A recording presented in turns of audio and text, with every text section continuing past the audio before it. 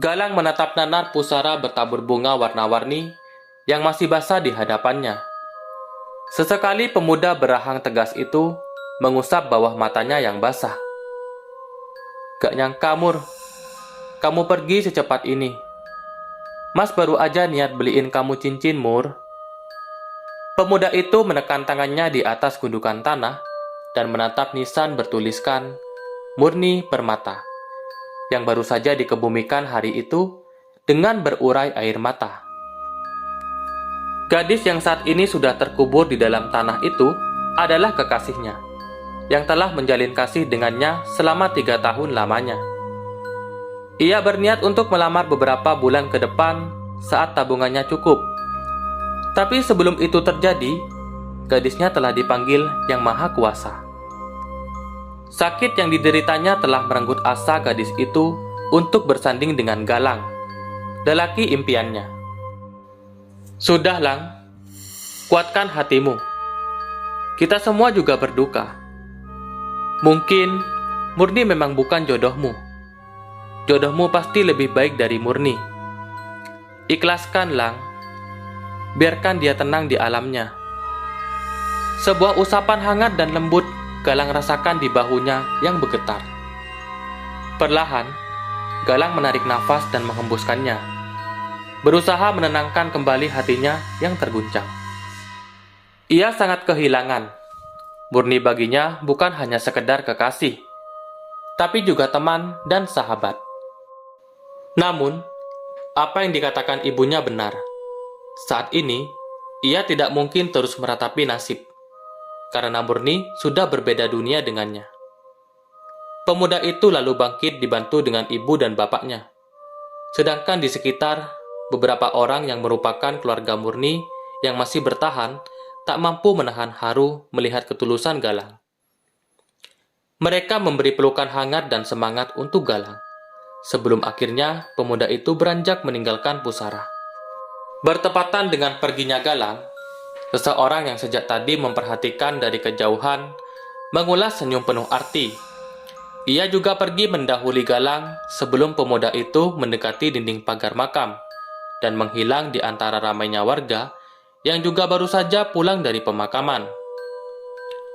Laki-laki itu melangkah cepat menuju motor yang ia parkir jauh dari pemakaman, mengendarai kendaraan itu dengan kecepatan tinggi menuju rumahnya. Sesampainya di rumah, laki-laki misterius itu lalu menemui seseorang perempuan yang sedang bersujud di depan meja berisi sajen dan kayu garu, yang mengepulkan asap tipis beserta nampan berisi kembang setaman, juga pisang raja yang sudah matang. Wanita itu langsung mengangkat kepala dan tubuhnya saat mendengar bunyi langkah kaki mendekat. Ia menoleh dan menatap tajam laki-laki yang duduk di sampingnya. "Bagaimana? Apa Mas sudah temukan?" tanyanya dengan nada penuh penekanan. Laki-laki itu pun menoleh setelah menangkupkan tangan dan memejamkan matanya sejenak. "Tenang saja. Sebentar lagi, uang akan mengalir ke rekening kita. Kita tidak perlu lagi bersusah payah mencari pinjaman. Jangankan hutang, perhiasan dan kendaraan, rumah baru pun akan segera kita wujudkan," jawab laki-laki itu dengan senyum lebar. "Bagus. Aku sudah tidak sabar, Mas. Malam ini, kita akan bersama menuju pemakaman. Aku yang menggali, dan kamu yang mengawasi." "Ya, Mas." Karena biasanya menurut kepercayaan orang-orang, perawan yang meninggal Selasa Kliwon pasti menjadi incaran para pelaku pesugihan. Jadi kita harus waspada. Bisik laki-laki itu menurunkan volume suaranya, takut terdengar oleh anggota keluarga lainnya. "Tenang saja, Mas. Tidak ada yang akan berani masuk ke kamar ini. Aku sudah mewanti-wanti," ucap wanita itu dengan mata yang bergerak ke arah pintu yang sudah tertutup rapat. "Syukurlah kalau begitu. Aku akan bersiap untuk nanti malam. Kamu sekarang istirahat, biar tidak ngantuk saat kita beraksi tengah malam," tuturnya seraya membelai lembut pucuk kepala istrinya. "Iya, Mas." Angin berhembus kencang menggoyangkan pucuk-pucuk daun dan bunga kamboja yang tumbuh subur di sekitar area pemakaman tempat jasad Murni dikebumikan. Pardi dan beberapa temannya yang saat itu bertugas menjaga makam Murni menyentuh kuduknya yang meremang. Lelaki paruh baya itu mendongak dan menatap langit malam yang tampak gelap. Awan hitam menutup bulan dan bintang. Tampaknya malam itu akan turun hujan lebat. Ia lalu menurunkan pandangan dan meraih kopi hitam panas yang masih mengumpulkan asap tipis, menyeruputnya perlahan dan menatap satu persatu temannya gusar. "Sampai jam berapa ini ditungguin? Perasaanku gak enak. Kayaknya mau turun hujan," kata Pardi dengan wajah tegang. "Kenapa, Mang? Takut? Udah tua ngapain takut setan? Muka kita udah kayak setan, Mang. Setan yang takut sama kita. Hahaha," ucap Kosim diiringi derai tawa.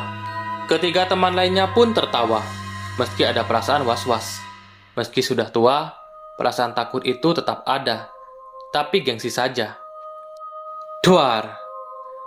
Kilatan cahaya membentuk akar-akar sinar di langit malam gelap, diiringi bunyi gemuruh kencang yang mengagetkan 5 orang bapak-bapak yang sudah dibayar untuk menunggui makam Murni itu.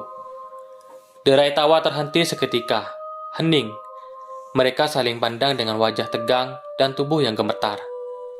Rintik-rintik hujan mulai turun, disusul beberapa kali bunyi gemuruh yang membuat mereka semakin takut. "Kita pulang yuk. Bilang saja kita pulang jam 4 pagi. Kalau ada yang tanya, kita berteduh di situ." Kosim menunjuk ke arah pondok tanpa dinding yang menjadi tempat ringgo-ringgo untuk mengangkat mayat. 4 temannya menyetujui. Bagaimanapun, mereka sudah mendapatkan uang yang dibayar di muka sebagai upah. Mereka tidak mungkin mengecewakan keluarga almarhum yang mengeluarkan uang. 5 orang bapak-bapak itu beranjak dari sisi pusara Murni. Mereka pun melangkah perlahan meninggalkan pemakaman dan pulang ke rumah masing-masing. Kepergian bapak-bapak itu mengundang senyum bagi pasangan suami istri yang saat itu tengah menunggu di balik dinding pagar pemakaman. Setelah merasa aman, mereka masuk berbarengan ke area makam dengan sangat berhati-hati.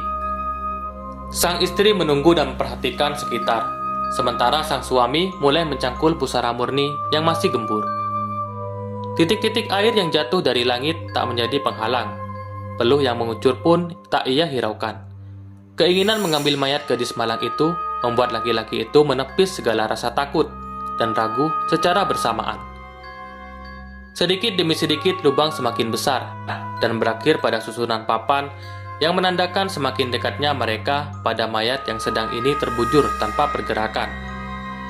Angin semakin kencang, hujan pun turun semakin deras, disertai kilat dan suara gemuruh yang menggetarkan tubuh ini.